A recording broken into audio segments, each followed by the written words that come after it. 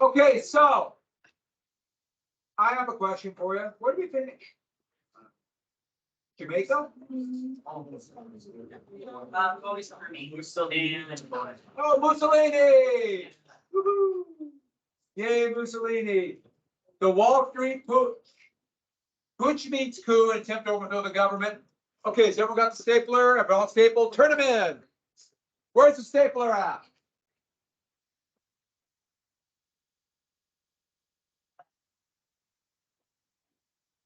That's the price you pay. Stapler, pass it around. It's coming back. I think that you. Remind me. Okay, just remind me no swap. All righty then, yeah, you still have to do it. Make sure your name is on it. We will do a D. We will do a DBQ as soon as we get back, but not soon, but I need the first week after spring break. It just kind of works out that day, which is good, right? You want to do it. Actually, you do and you don't. I understand. Someone has their hand up. Yes. Yeah. Did we?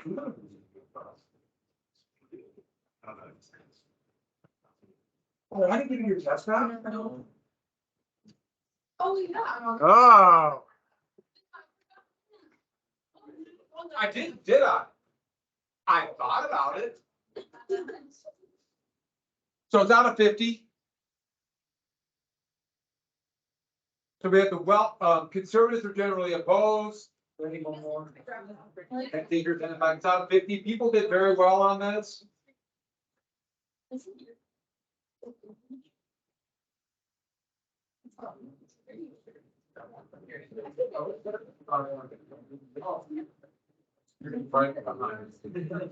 That's on your name, and then I gave it. Got the R's to be. Yeah, I got the R. It's out of 50. So yes.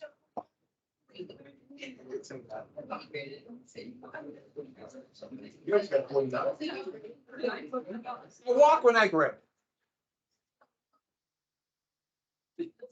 Yours is a 9. I had a lot of very good grades in this. I thought people did quite well. Nice job on this. There's still a few of you that I don't have yours. And so you got to get it done as quick as possible. Same thing. I saw your name on Steve. Then I just gave it.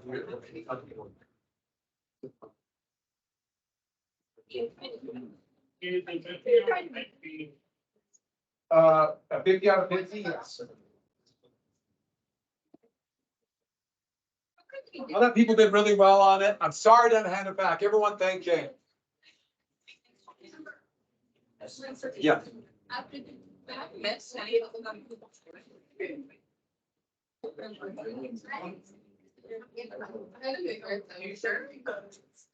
feel like I want to know what you're like.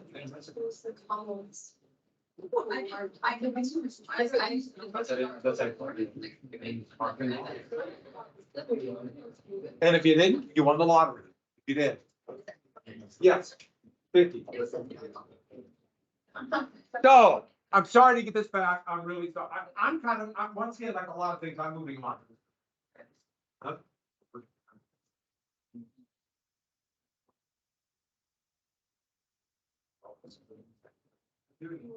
I put it on as World War I in the 20s. Oh, okay. All right, so let's get back to this. Mussolini. The black shirts, did we get to the fact that it failed? Did I get to Smedley Butler? So we told on him. So it did fail, but this was a real issue. I should add, even though there'd be conservative opposition for the rest of the decade, profits started going up again, as you can see by the corporate profit rate. And so, yes, they still hated FDR, but it was kind of like, we hate FDR. Whew, profits are going up. And this cartoon kind of shows it pretty good. Woohoo, the New Deal is ruining the country, and it has clips of record profits behind. No, the economy did not come up totally out of depression, but it was clear it was rebounding. But one of the most important examples of opposition to the right was Father Coffin. He was a radio priest. He stepped in that there's all these radio preachers. Most of them were Protestant, kind of that fundamentalist revival, especially Billy Sunday. But he was a Catholic minister out of Detroit who had an immense audience. And at first he was pro-Roosevelt because he was so rabidly anti-bank. So there's Coughlin right there. He's speaking at Tiger Stadium, which has now been torn down, but the old Tiger Stadium here, couple different shows of him doing it there. He had his own newspaper. They're handing out. There he is on the cover of Time magazine right there. He was intensely anti-bank, but then he decided that Roosevelt was going too far because he was becoming too communist, which of course Roosevelt was not. Yes, he had some socialist prescriptions, but there's something else more important. He was violently anti-Semitic, incredibly anti-Jewish. Now, this was at a time of intense anti-Semitism. But that fit in with his anti-bank feeling. That's that myth from medieval Europe that Jews ran the banking system that people still believe to this day. And they still use references of this all the time about like this cabal of Jews controlling money and finance, which was very much a big part of anti-Semitism to this day. And he had an immense radio audience. He called Roosevelt Roosevelt, which is kind of a Jewish sounding name, and said that he was either Jewish, secretly Jewish, or controlled by Jews. And I'm uncomfortable talking about this for lots of reasons. But since anti-Semitism is on the rise, I think it's important to talk about this rise today. And this was a cartoon, where is it at? From his newspaper. And I first saw this, and I've seen this other places, and this was actually presented as an anti-Semitic cartoon where I saw it from Der Spiegel, which was the Nazi newspaper, the arm of the National Socialist Party in Germany. No, this was Father Coughlin's. And that's supposed to represent a Jewish banker, Roosevelt in his pocket. And you notice red communism. In the book, you say that Coughlin would always say like, the Jews didn't know what was coming compared to what Hitler does to them. The United States were over, they're gonna think that Germany didn't. But you said something about how the United States could do far much worse against the Jewish population than Germany did. During World War II, was he ever openly pro-Germany? Never openly pro-German, even though he was clearly sympathetic to the Nazis, and his popularity remained high until 1941. And it started to die down in the summer before the United States entered the war. And his radio show continued, though. But he did drop in popularity, but he never openly came out. But he always was sympathetic, like they had no choice kind of thing. So with that, that's one example. And he was really popular. We're not going to listen.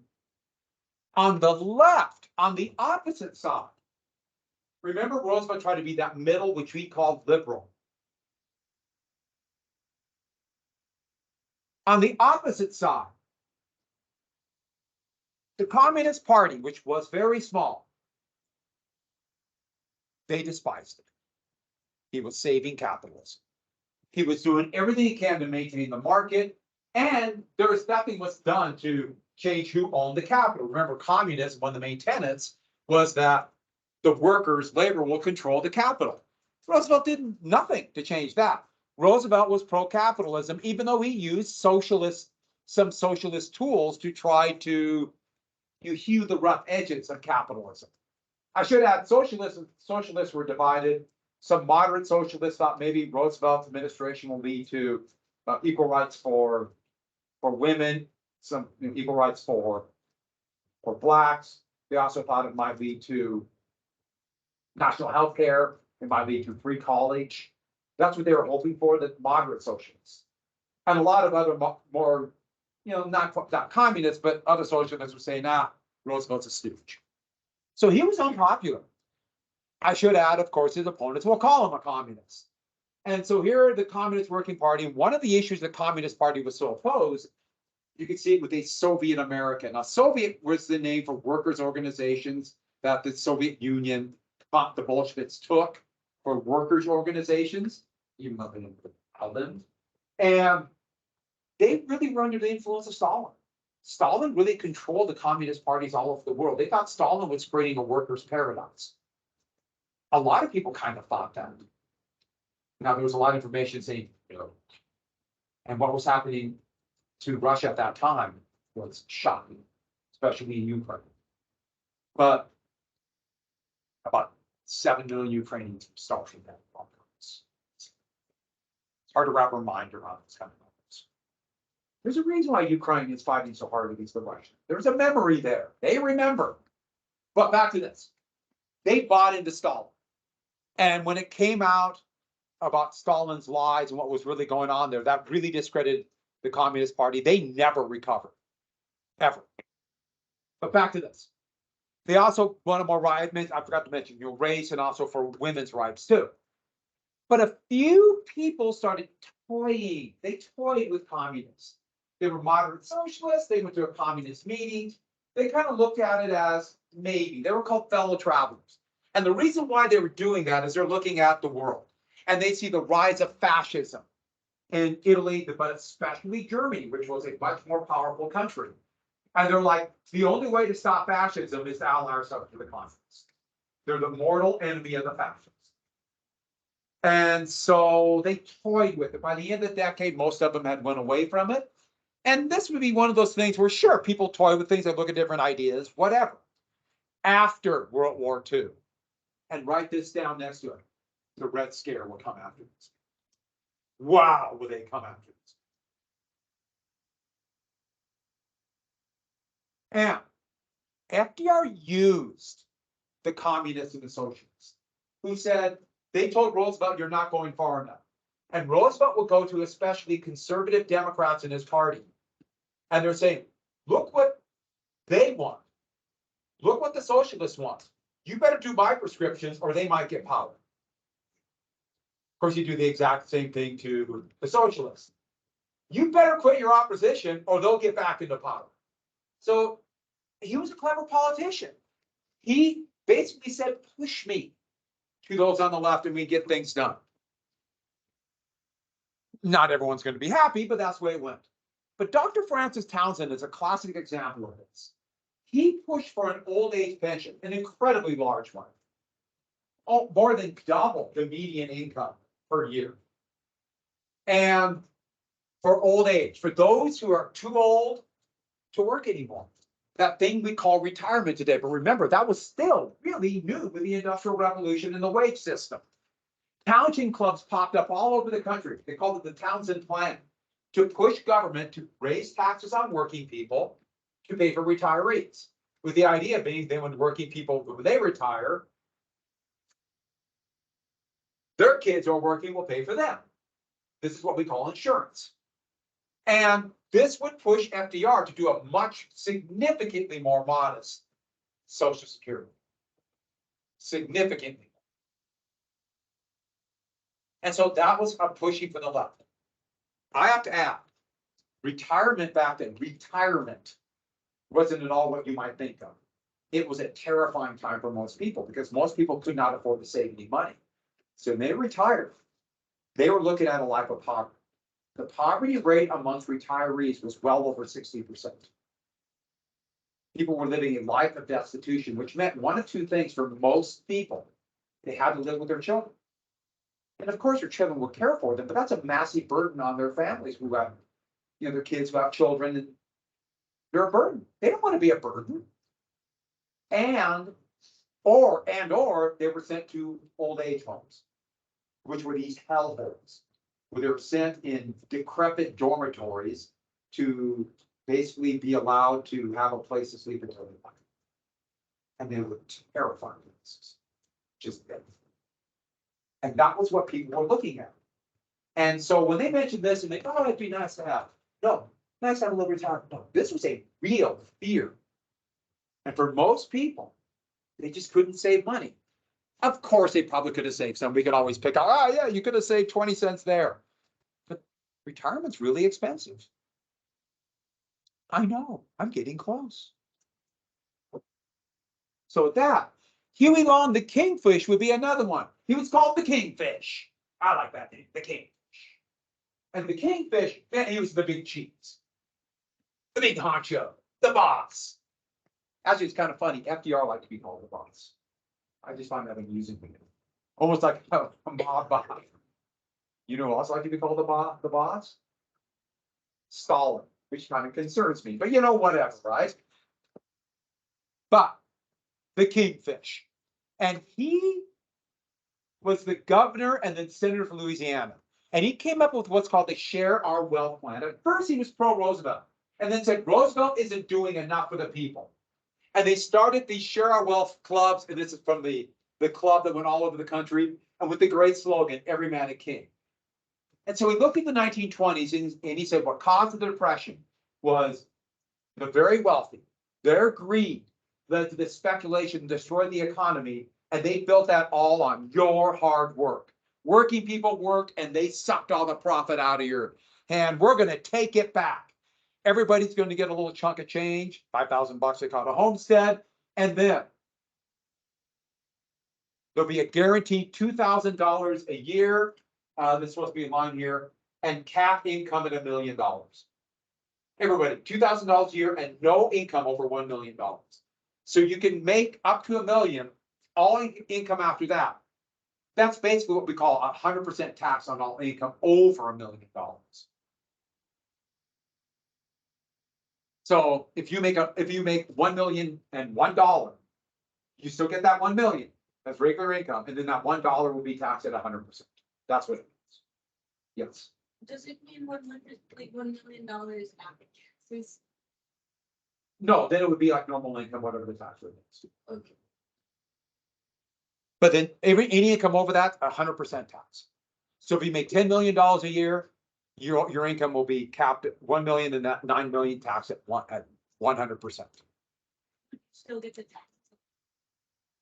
Well, then you pay, that's your income. So income is taxed. Okay. And this was so popular that people started thinking he would be president. Now, this is a pretty radical plan, but don't forget, it doesn't mean he necessarily wants this, but he's pushing for it with the idea being, okay, let's raise taxes for the very wealthy. That's what he wants. At least he claimed, who knows? He also knew this was really popular.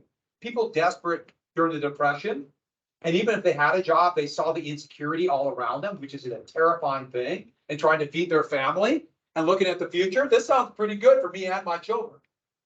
Now, how would they pay for it? What they would have to do to raise this kind of money? That's a different argument. He didn't care. He was trying to get people in this club. He was raising popularity. Yes. What was the Average income?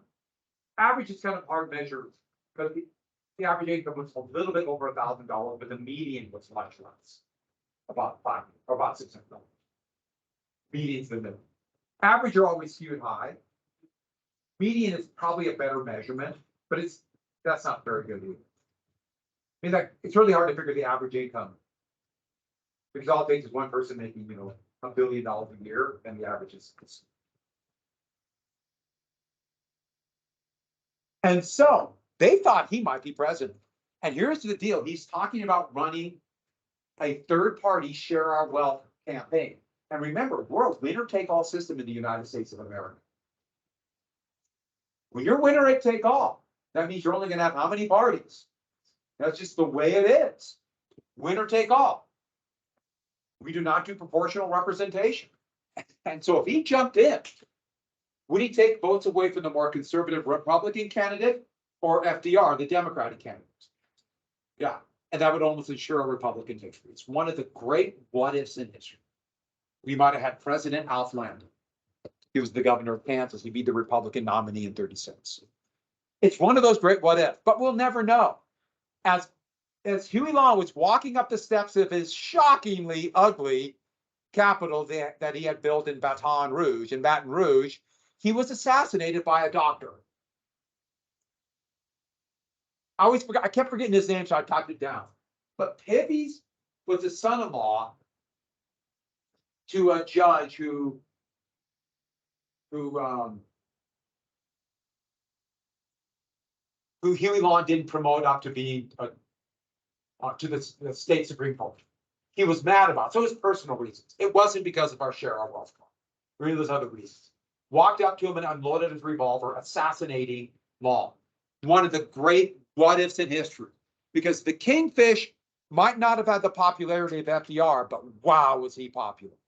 And he did some good things for Louisiana, which was an incredibly impoverished state. I should add, he also stole money, and there's a lot of graft. Remember, that's political machines stealing money from government.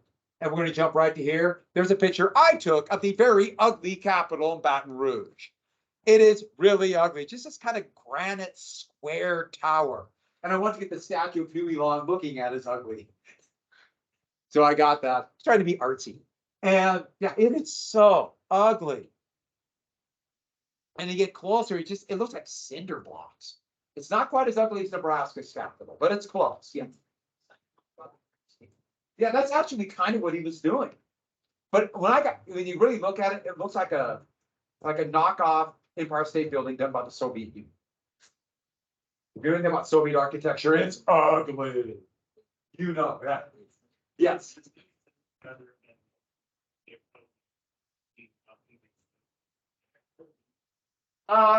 There's stuff there, but we don't talk about it. We, like most good normal people, ignore North Dakota. That just went out on film too. It went out to the world. Sorry, North Dakota, but all right.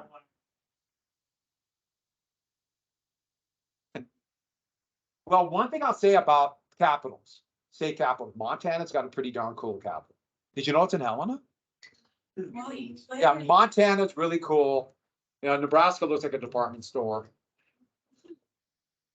Utah's a really cool capital. California has. Texas has a cool capital. You know, there's some really neat buildings. Colorado has a cool capital. All right, so we're leading to the second New Deal.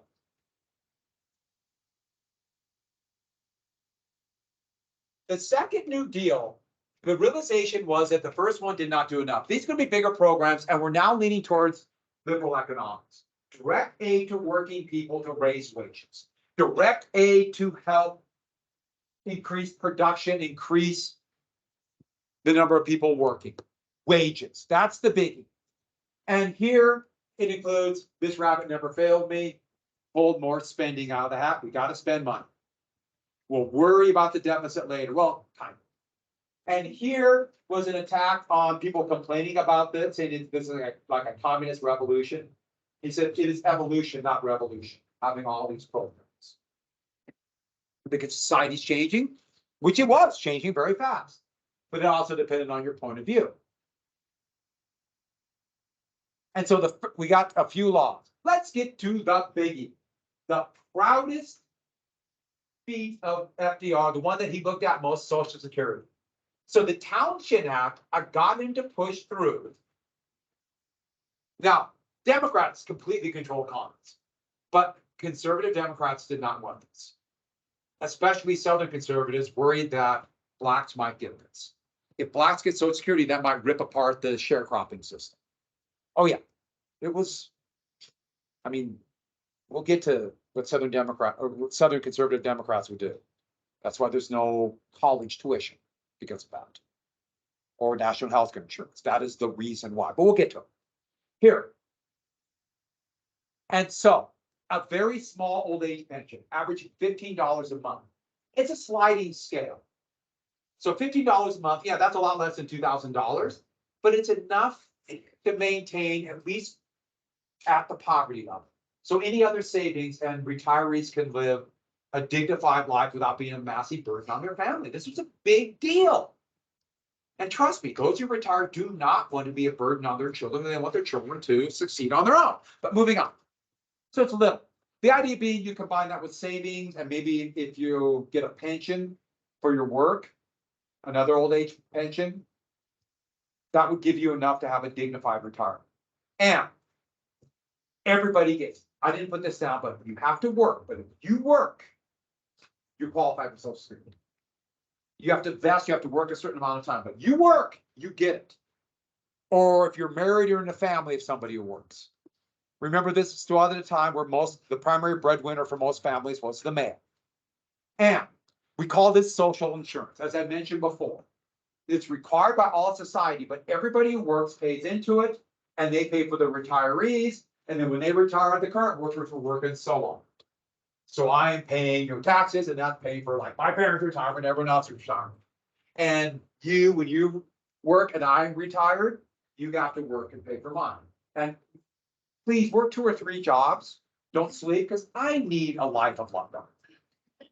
And it's on a sliding scale, but everybody who works, regardless of their income, gets it. And Roosevelt wanted that on purpose. Everybody gets it. If everybody gets it, boy, will it be hard for conservatives to get rid of it down the road. I mean, it's very clever. And a lot of conservatives have talked about it, but it's hard to do because everyone gets it. And it's so popular. And it also provided for unemployment insurance for layoffs. We talked about that before. Not, just a small percentage of your pay, but unemployment insurance. And it's paid for with a payroll tax. The original payroll tax was a 1% tax. Everybody paid for their first $4,000. Now it is a 6.2% tax. And it's matched by your employer. So it's a net 12.4% tax. And so my job, I pay 6.2%.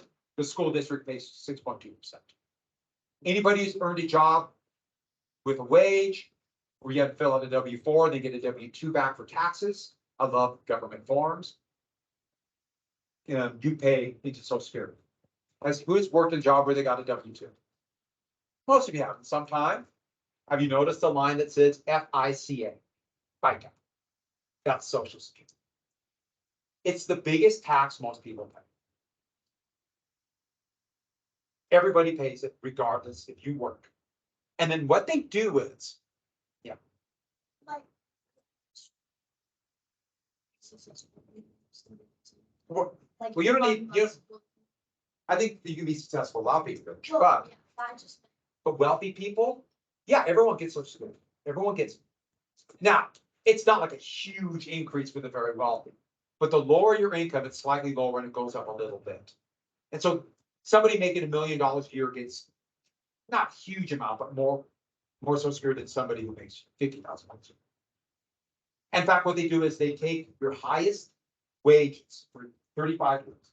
So they sum up the highest wages you've had for 35 years, divide it by 35. And then they have a formula, they plug it in.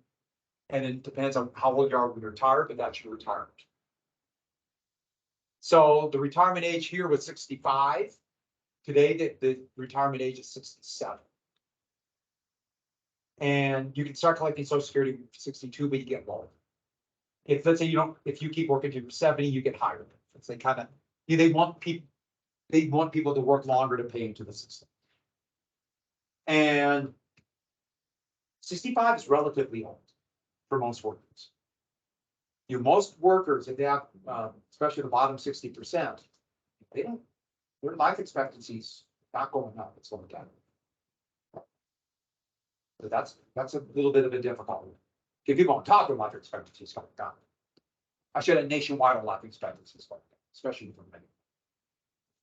It's not like it was when I was a kid, it was always going up.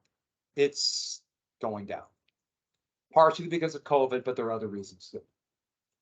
I think we got this. So 12.4% is a big tax. If you're self-employed, they changed the law in the 1950s where you can change and you pay the full tax, 12.4%. But then you get Social Security. That's a big deal when you're retired. And it is adjusted to inflation. So they got a big bump in Social Security when inflation was so high last year. So with that, I should add taxes, it's capped at $149,000, indexed to inflation. So that means all income is taxed at 6.2% for your first $149,000. So most people pay that full 12.4%. Backed by your employers, but that's essentially you pay. Income over that is not taxed. That's because the benefits don't skyrocket, but they still thought they would collect about 90% of taxable. 90% of the income will be taxed. And so let's say you make $1 million a year. For all income over $149,000, that $851,000 over that, no tax. Everybody underneath it, but that first $149,000 you pay 6.2 tax. tax. And what do we call this kind of taxes? Is this progressive or regressive? It's very regressive. And the thought was, well, since benefits don't go up that much, that's what they thought. But it doesn't get things like if you get money for stocks. And so there's some holes here. They really advertise it. There's Roosevelt signing it. But the big thing was when they sold it at the time for widows, you know, especially for manual labor jobs. Men a lot of times, men and women, but it's mostly men at that time, would work until they literally dropped. And the story of destitute widows, or if died in dependent children. And that's the way it is today. If a parent dies who is vested in social security system, their child will get their benefits until they're an adult. And that will help them get to that point. And I know from what happened to my cousin when my mother died, I had hard to do her and she died. And also a very good friend of mine, her father died, but I remember they were in junior high. And Social Security kind of saved their family. So it's a really important program. That's why it's probably the most popular program in America. This poster really hits the widow. In 1983, they raised the taxes to 6.2, one of the largest tax increases in history under Ronald Reagan, but it's mostly to working people. He gave rich people a big tax. And the idea was it's going to collect more in taxes than people actually they're paying out Social Security. It would go into a surplus for a trust fund that could be used to pay for the baby boom generation, which is retiring right now. You know, the baby boom generation right after World War II till 1965, they're born. Generations are kind of silly, but it's just a way to divide people up. But they have a trust fund because we're getting close to a time now where the taxes won't quite cover, and so they can dip into the trust fund. Ironically, the trust fund is going to be invested in the most safe investment in the world, which I've told you before, US government treasury bills. So Social Security loaned money to the United States government with the idea of getting it back. The biggest holder of debt of the United States government is the United States government. I know. But everyone head just started going, this is where people just go, hit the switch, shut off, don't tell me anymore, I'm done. So, with that, Social Security, the poverty rate would drop in half overnight. And the poverty rate by the 1980s for retired people was about 10%. Still an issue, still a problem. 10%, some people might argue it's too high, myself included, but it still went down. And it's a little bit higher now, because more and more people are relying only on Social Security to retire. But how do people who believe in trickle-down economics feel about it? If you believe in trickle-down economics, aka are you conservative? Are you for or against Social Security? Rabidly opposed. Rabidly opposed. Where's my mouse? The problem is it's so popular that people who believe in conservative economics have to be very quiet about it. And they get very mad because they don't want the voters to know. And so, for example, virtually every president who's more conservative, who's talked about cutting Social Security, has taken a political hit. In your lifetime, George W. Bush did it in 2005. And wow, was there a backlash. President Trump talked about it. Now he's talking about something totally opposite. Both Montana members of the House of Representatives signed a petition, but they kept it very quiet to cut Social Security.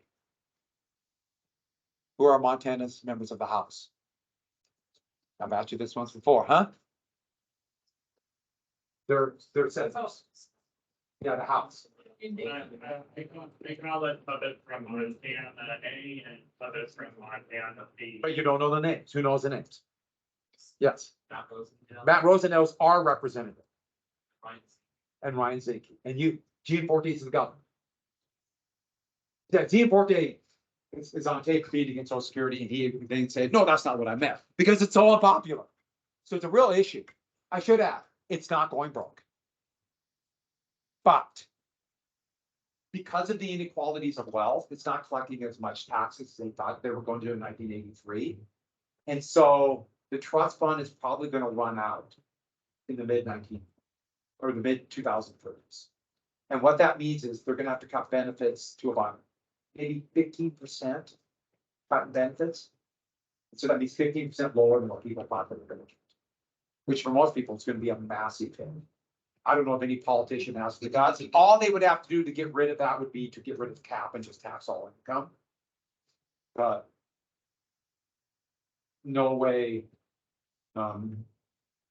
Virtually all Republicans and some conservative Democrats would never for that. President Biden has proposed it, but it would never pass. So that's where we're at right now. So let's jump to the next one, the Wagner Act. The Wagner Act is the act for labor unions.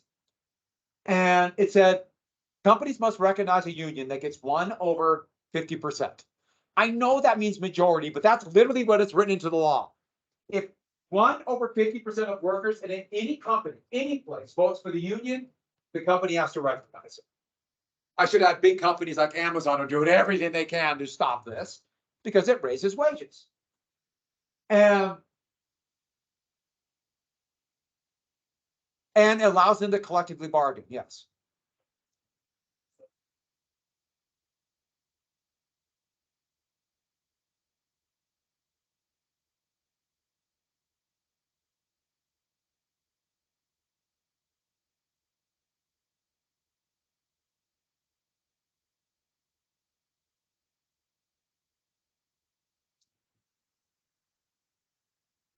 No. So it allows them to collectively bargain. And it creates the National Labor Relations Board that will look in, they administer the elections. That's actually a really complex kind of Rube Goldberg system. And also, workers can't be fired for trying to start a union with this law, even though they are all the time. But if they do, they can take their grievances to the National Labor Relations Board. But if the president is pro-labor, that labor, the NLRB will be pretty strong. If they're anti-labor, it'll be pretty weak. And so, for example, President Trump was anti-labor, and so it was weak. President Biden is not super strong, but fairly strong, so it's fairly strong. It just really depends. And the goal, get wages up. Get wages up. That increases demand. And it's also very good politics. If workers start a union and their wages go up, Roosevelt wanted to make sure everyone knew Democrats got you that union. And for the next 40 years, union voters voted Democratic. You see that breakdown in the 1970s over civil rights. Workers start dividing over women's rights and the Vietnam War. There's a poster of Roosevelt saying he joined a union. By 1950, 36% of all workers were in a union, which is pretty high. It's not quite, let's say, Germany, but it's or France. Wow, France. Unions in France are strong. Yes. So if wages are always going up, and in general we have an inflationary curve. Yeah. Would there ever be a point at which we have to switch to a more system, a system of currency more similar to like a peso or yen, where like a single bill is worth like 100 or? There's really no difference. It's all on a floating scale. And so the peso is just, you're talking about 100, it just. Right, but like if the value of currency keeps going down and the amount. It goes down really slow. Sure, I mean, how many people use pennies anymore? So that's already happened. I guess what you're saying is, will they just get to bigger denominations? Yeah, that's what. Yeah, sure. I mean, maybe, no one uses pennies anymore. And pennies were used all the time to buy things. So we're already seeing that. But it wouldn't change the value any. And inflation, most of them is really slight. Yes. Government creating a penny is actually a net fund. Probably, yeah. Are you? Oh, yeah, I'm gonna. Yeah, no, every teacher is. Every teacher in Montana, there are some states that don't allow for teachers to have unions. And their pay is a lot lower. That's why I'm not moving to North Carolina. But, of course. And anyways, but Montana, yeah, every one. So my union's called the Helen Education Association. And so today, union membership is dropping. By the 1980s, there was a conservative revival and union membership dropped dramatically. If here it's union membership now, it's about 10% now of all workers. But most of those now are like teachers' unions. It's only about 5% of all private companies have unions. And union membership had a really big effect. Here's the share of union membership. This is the percentage of wage for the top 1% of income. And it dropped when union membership was high. When union membership began to tank, that wealth went to the top. Let me get one more, the Wealth Tax Act. And this is a big, the Wealth Tax Act of 1936. So this is a progressive income tax. The highest marginal tax rate will be 79%. I'll explain this in just a second. And here it's showing Huey Long and Share the Wealth plan influencing Roosevelt. This is trying to influence him to not do it. They also called it the Soak the Rich plan. And there's also a progressive estate tax. So on very large estates passed on to children, whoever they might be, very large ones, there'll be a tax. With the idea being that this vast accumulation of wealth will not only start an aristocracy, that's where the wealth is. And like most people, shouldn't they have to earn it? Well, the big reason is they did this tax because that's where the money is. And don't forget, capitalism, the profits go to the top. It's one of the great reasons to innovate. But if the profits are going to the top, you got to tax them. So there's a logic to it. But there's more than that. I should add, so Huey Long said 100% tax, 79, that's the best you're going to get. It also discourages bubbles. It takes that extra money out of people's hands that's now going to be taxed. And so they will be less likely to invest into the big bubbles, make incredibly risky investments, pushing up real estate or pushing up stock values. I mean, extra money in the hands of a few raises real estate values. If you don't believe me, go to Bozeman. Who's buying the homes? You know, they're not average workers. And this will also boost investment in manufacturing. Because if they're not investing in bubbles, there's a better chance they'll put it back in factories and machineries and research and development because they don't want to pay higher taxes. And we're going to see the most productive period with the most innovation in our history when the highest marginal income tax rate was at its highest, was the most research and development in history. 1950s and 1960s. The highest marginal income tax rate was 91%. And it also helped create more mountain valleys. Because with this, society will prosper. What happened? I don't know what I push. Also, one more thing it does. It raises wages. If you have really high taxes on the top, and they can't keep that money on top, that cycles down to wages. The highest wage growth in American history will be when the very tip top paid 91%. Because they're not the ones paying the high taxes. So let's look at the rates. That is the marginal income taxes rates. Everybody pays the same tax for the same dollar. Same tax for the same dollar. Let me make it a little bigger. Those are the rates. Marginal income tax rates. And so everybody in the United States, oh, by the way, this looks complex. It's not. You do the math once and it's over. When I first started doing my taxes, the IRS would send you a book. And in the back, the last half of the book were all numbers. And you just figured out your taxable income.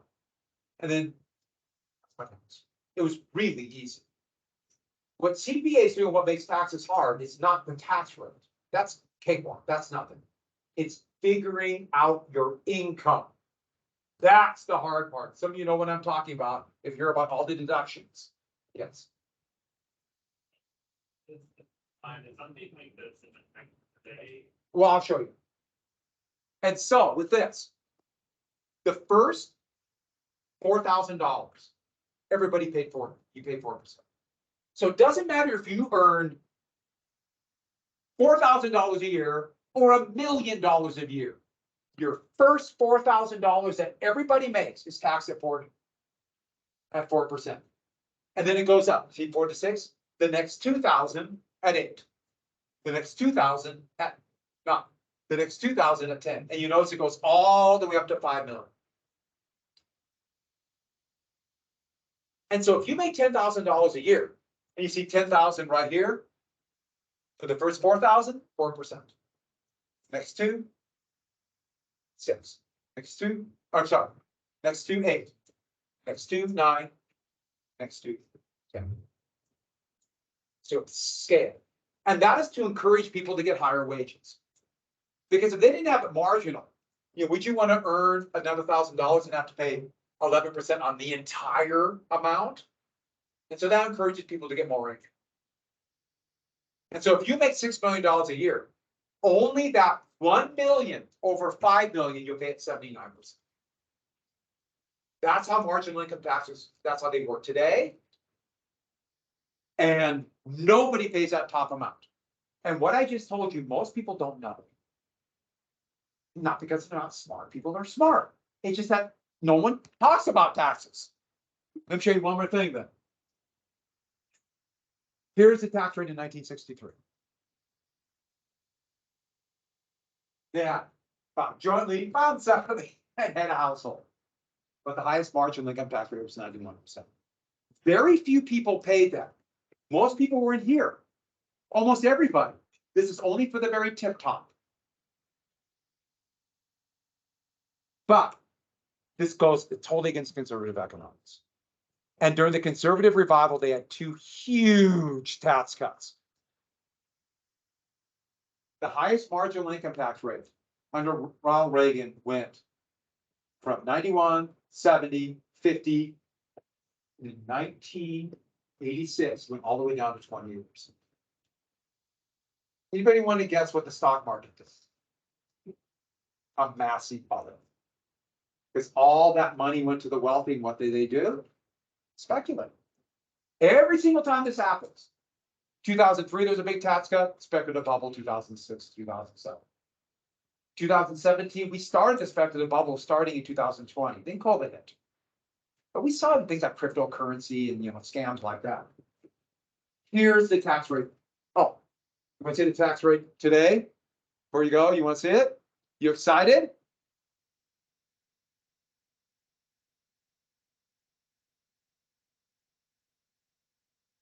So it is much more regressive than it used to be. The first $11,000 for a single person tax at 10%. All the way up to income over 578,000, it's indexed to inflation. So, and above at 37%. But it only counts for income. So you can get deductions for various things. Oh, I should add, every single person has a standard deduction of $25,000. So everybody, their first $25,000 is not taxed. Everybody. So none of you have probably paid income tax. In fact, I guarantee none of you are paying income tax. Yeah. Even if you have a W-2, that's your refund. Your refund is that tax back. And on that happy note, goodbye. Mr. President, Yeah. so if I directly made $100,000. Yeah. Then 11,000 of that first, I'd have to pay 10%, my first 11,000. Yeah. And if that adds on to the 12%. Yeah. So basically I'd be paying this much. Uh-huh. And then 24% of that last. So the last 82,000. Yeah. Yeah. So it kind of bounces up. Okay. Yeah. I know it seems complex, but the math is actually, you do it once, you got it. Yeah. Hey, go. But for the very wealthy, isn't that much? Really. Oh, no, that's, I mean, you make $10 million a year, that's just. I mean, it's not that it's not significant, but it's, you take 10% out, so you take 20,000. It's a big difference. All the towns, most of the time, they should have tax law. Remember that.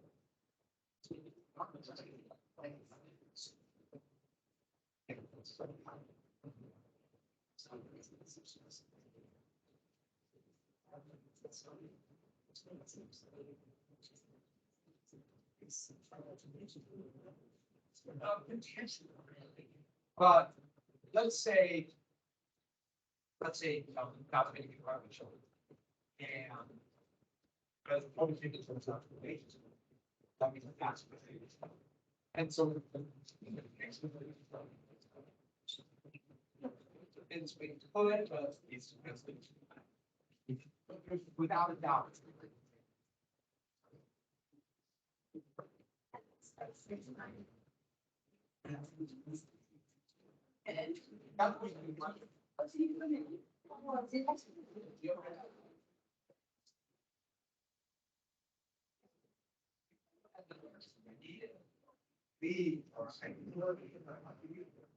Movie worksheet.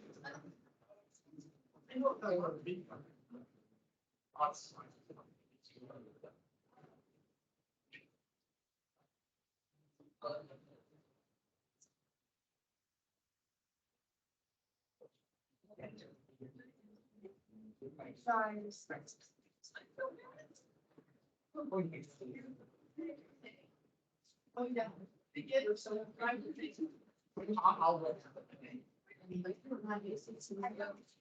Yeah. You guys have those too. You said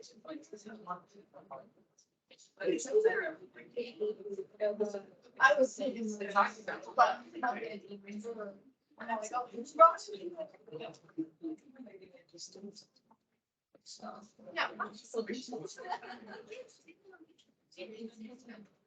Oh, so but I agree. I think you get to.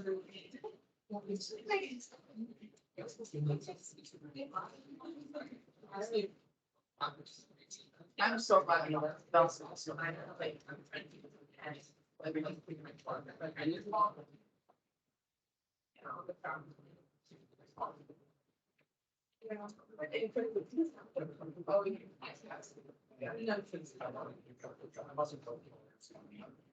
Oh, I didn't say anything for you. Yeah. I had a quick bag. Okay, now yours can be covered. Yours.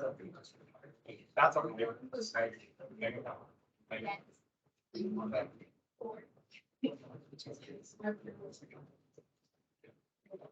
The satisfaction. Yeah. That's one thing.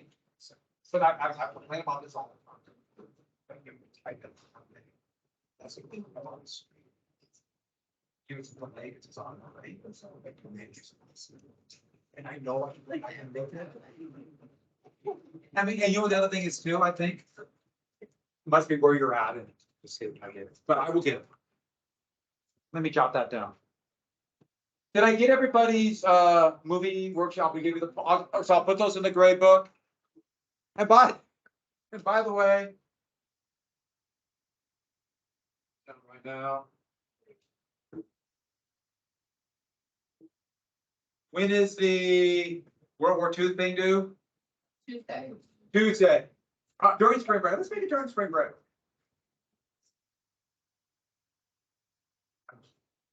No.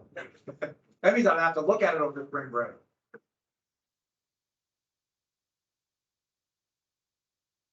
It's due that Tuesday, so if you have any questions, I'll answer any questions you have. Perhaps correctly.